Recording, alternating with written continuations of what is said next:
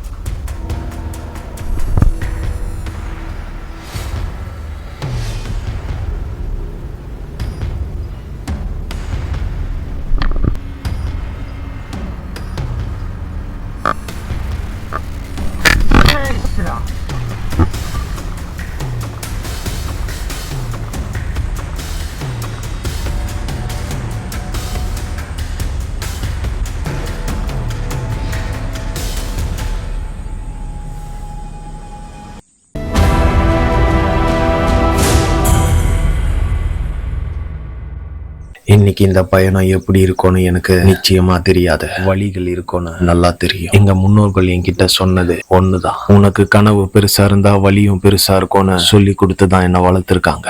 போராடி பார்க்கணும்னு நான் முடிவு பண்ணிட்டேன்.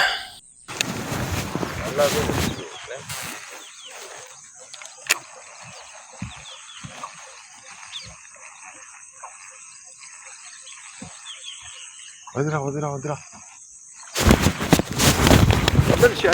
முதல்ல சீட்டோ சீட்டோ சீட்டோ.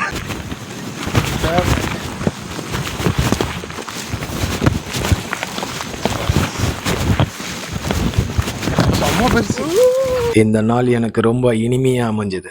நான் போட்டியில முதல் நாளே வெற்றி அடைஞ்சிட்டேன். எனக்கு பரிசும் கிடைச்சிருச்சு. எனக்கு ரொம்ப மகிழ்ச்சி.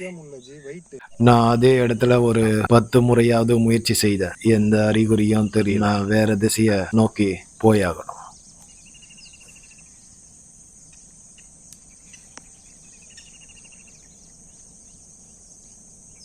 இப்போ நான் இந்த இடத்துல முயற்சி செய்யறேன். நான் இப்போ நிக்கிறதுக்கு நேர் திசையில முயற்சி பண்ணணும். அப்புறம் அந்த இடத்துலயும் இருக்கான்னு சோதிக்கணும்.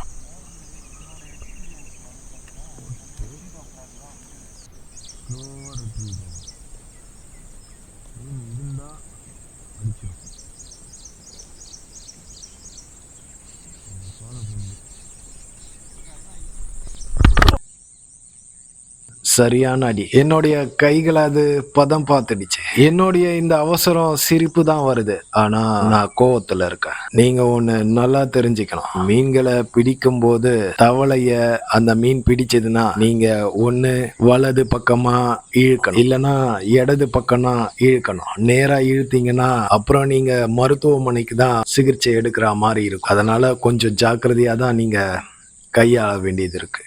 அங்க மீன் இருக்குன்னு எனக்கு நல்லா தெரியும். அங்க நான் 2 மீனை பார்த்தேன்.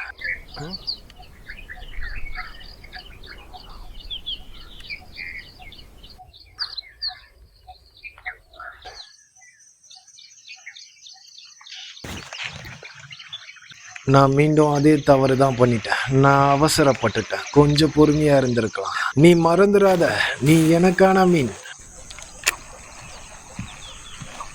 இப்ப நான் நிக்கிற வலது பக்கம் முயற்சி பண்ண போறேன்.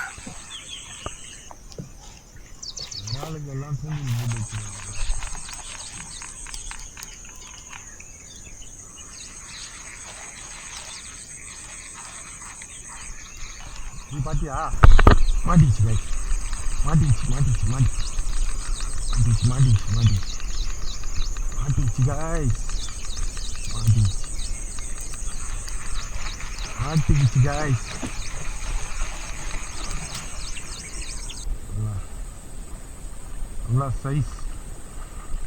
நான் அவசரப்படலை, கோவப்படலை, பொறுமையாக நிதானமாக இருந்தேன். மீன் கிடைச்சிது.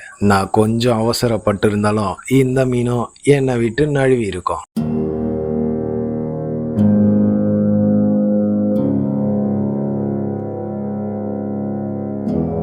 இங்கிருந்து தான் நான் வீச போறேன். நான் இப்ப இருக்கிறது கரையில இருந்து சுமார் 60 மீட்டர் தூரத்துல நின்னுட்டு இருக்கேன். நிக்கிற இடம் கொஞ்சம் மேடான பகுதி.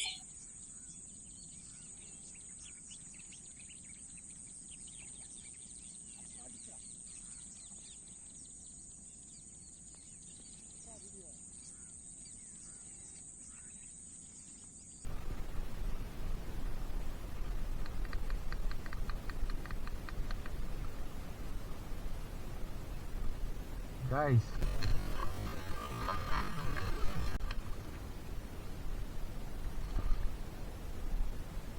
இந்த முறையும் நமக்கு வெற்றி தான்.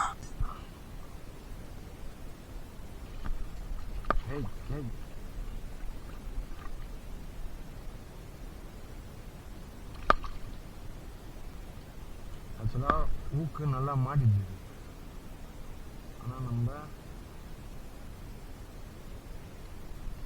அவ்வளவுதான். எனக்கு ஒரு சின்ன ஆசை, மீன்கள் எல்லாம் பேசுச்சுன்னா என்ன பேசும்னு. கொஞ்சம் வேடிக்கையா தான் இருக்கு. எல்லா நேரத்திலயும் இந்த மாதிரி கிடைக்காது. நான் இப்போ பொறுமையா தவளைக்கு அசைவு கொடுக்கணும். அப்பதான் மீன்கள் ஏமாறதுக்கு அதிக வாய்ப்பு இருக்கு. ஏதோ ஒண்ணு தண்ணியில போது, அதை நம்ம பிடிச்சாதான் நமக்கு உணவுன்னு நம்ப வச்சு வருது. கமான்.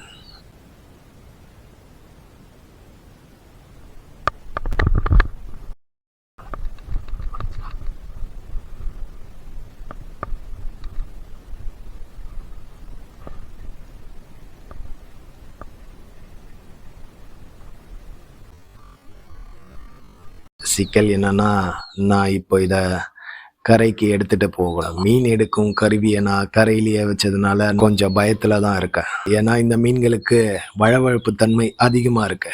அதனால நான் பொறுமையா தான் இத கரையை கடந்தாகும். இது கொஞ்சம் சின்னதுதான், 350 கிராம் இருக்கும்.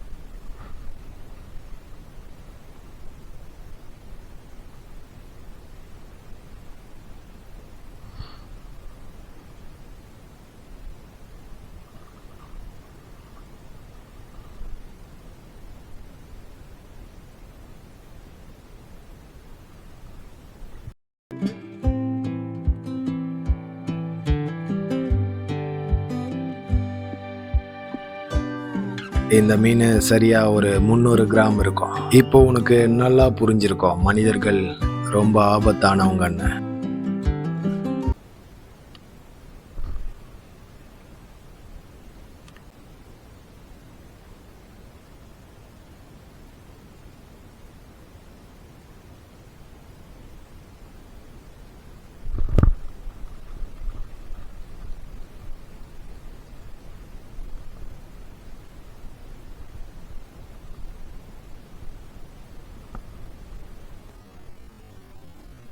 இதை பார்க்கும்போது எனக்கு ஒரு நினைவு ஞாபகம் வரும். ஒரு மீனவர் என்கிட்ட, நீ மீன் பிடிக்கும் போது உன்னுடைய கவனம் எங்க இருக்கும்னு என்கிட்ட கேட்டா. நான் சொன்னேன், மீன் பிடிக்கும் அந்த குச்சியில தான் என்னுடைய கவனம் இருக்கும். அப்பதான் நான் மீனை வேகமா கரைக்கு கொண்டு வர முடியும்னு சொன்னேன். அதுக்கு அவர் என்ன பார்த்து சிரிச்சார். அவரு சொன்ன பதில் என்னன்னா, மீன் பிடிக்கும் போது அதற்கு பயன்படுத்தும் மிதவை மேலதான் உன்னுடைய கவனம் இருக்கணும்னு அவர் சொன்னார். 100% உன்னுடைய கவனம் அதுலதான் இருக்கணும்னு. அது எனக்கு இப்ப நல்லா தெரியுது. என்னுடைய கவனம் மீன் மேல இல்ல, நான் திரும்பின ஒரு நொடியில அது மறைஞ்சு போயிடுச்சு.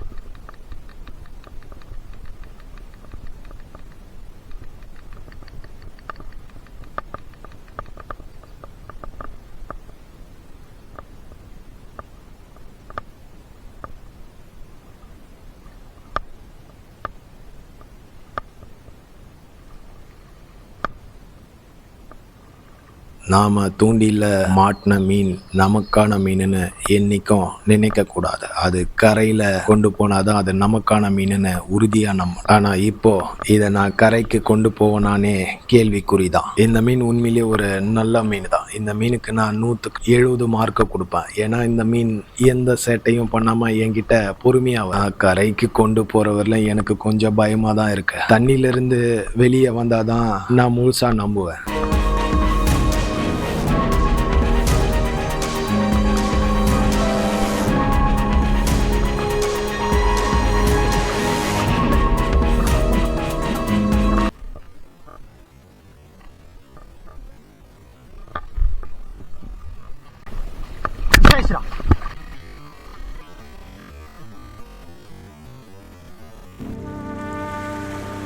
அது போயிடுச்சு.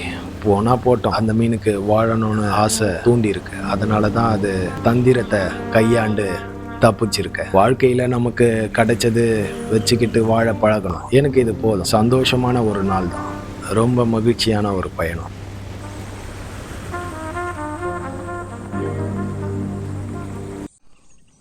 ஒரு கிலோ 1.25 வரும். இது வந்து ஒரு 3/4 கிலோ வரும். இதுவும் 3/4 தான். இது ஒரு 300, இது ஒரு 350, இது ஒரு 300 கிராம் வரும். ஸோ இதில் மொத்தம் அடித்தது பார்த்திங்கன்னா இவர் தான். எப்போவுமே சீட்டோ ஃப்ராக் தான் வந்து பெஸ்ட்டு. ஏன் அப்படின்னா இதோடைய ஊக் செட்டு வந்து மாடிச்சுன்னா லாக்கு மிஸ் ஆகாது. ஆனால் மிஸ் ஆகலாம், பட்டு பயங்கரமான ரிசல்ட்டு ஃப்ராக்னால் அது இதுதான். 500 600 ஃப்ராக் வாங்கினோன்னா நிறைய மிஸ் ஆகிடும். ஸோ இந்த மாதிரி 150 ஃப்ராக்லேயே தட்டலாம். இப்போ நான் கையில் எடுத்து காட்டுறேன், எவ்வளோ பெருசு இருக்கு பாருங்கள்.